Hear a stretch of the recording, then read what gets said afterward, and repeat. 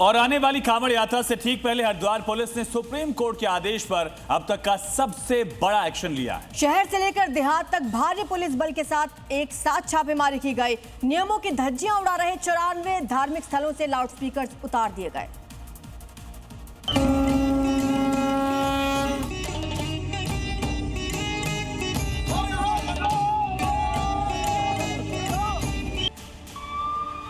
धर्मनगरी हरिद्वार और उसके आसपास के इलाकों में जब पुलिस की गाड़ियां सायरन बजाती हुई निकली तो हड़कंप मच गया।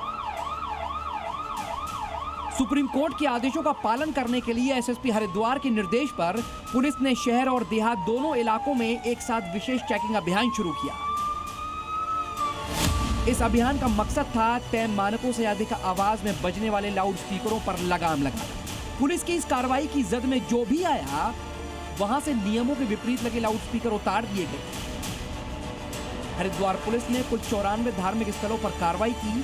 शहरी क्षेत्र में 31 धार्मिक स्थलों से लाउड स्पीकर हटाए गए। देहात क्षेत्र से 63 धार्मिक स्थलों पर कड़ा एक्शन लिया गया। कार्रवाई के दौरान पुलिस ने मौके पर ही ध्वनि प्रदूषण नियंत्रण से जुड़े नियमों और सुप्रीम कोर्ट के दिशा निर्देशों की कॉपी भी दिखाई ताकि किसी को कोई भ्रम न रहे। सिर्फ लाउड स्पीकर हटाने तक ही पुलिस की कार्रवाई सीमित नहीं रही।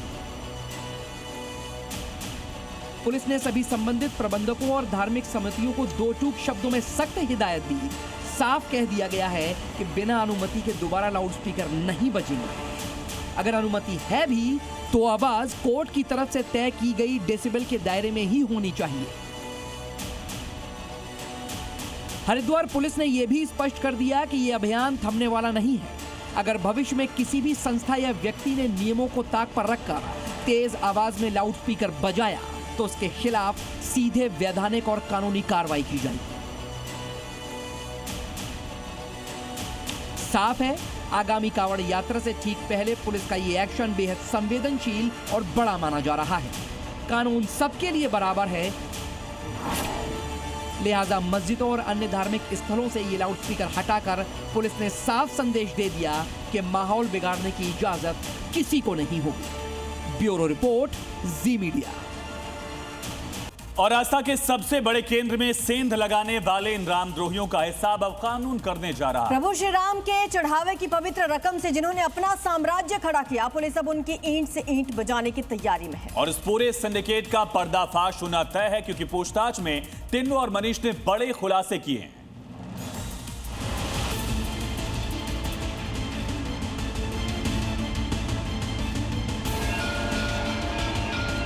अयोध्या के भव्य राम मंदिर में रामलला के चढ़ावे पर हाथ साफ करने वाले गुनहगारों पर कानून का शिकंजा अब पूरी तरीके से कस चुका है।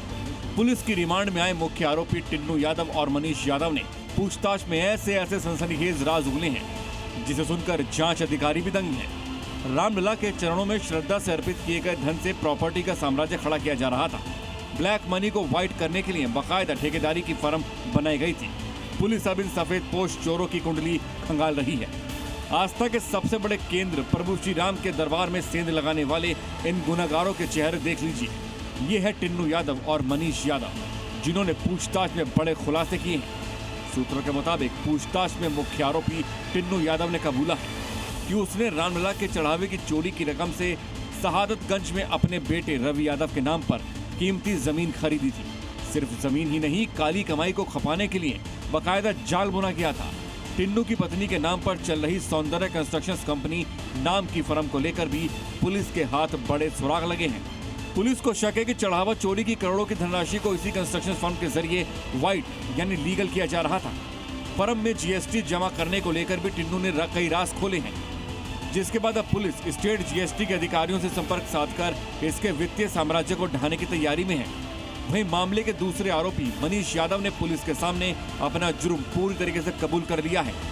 मनीष ने न सिर्फ चोरी की बात मानी बल्कि इस पूरे खेल में टिन्नू की क्या भूमिका थी उसे भी शीशे की तरह साफ कर दिया।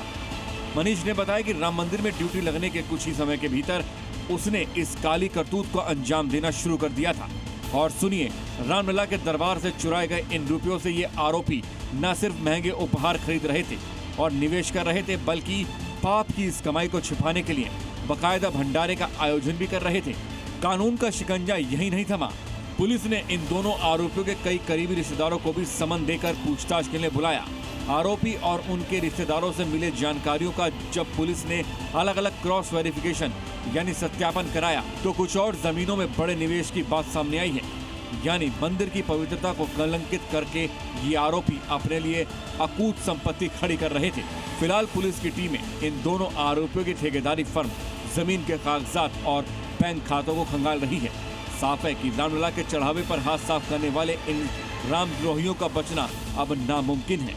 जल्द ही इस सिंडिकेट से जुड़े कुछ और बड़े नाम सामने आ सकते हैं। ब्यूरो रिपोर्ट, जी मीडिया।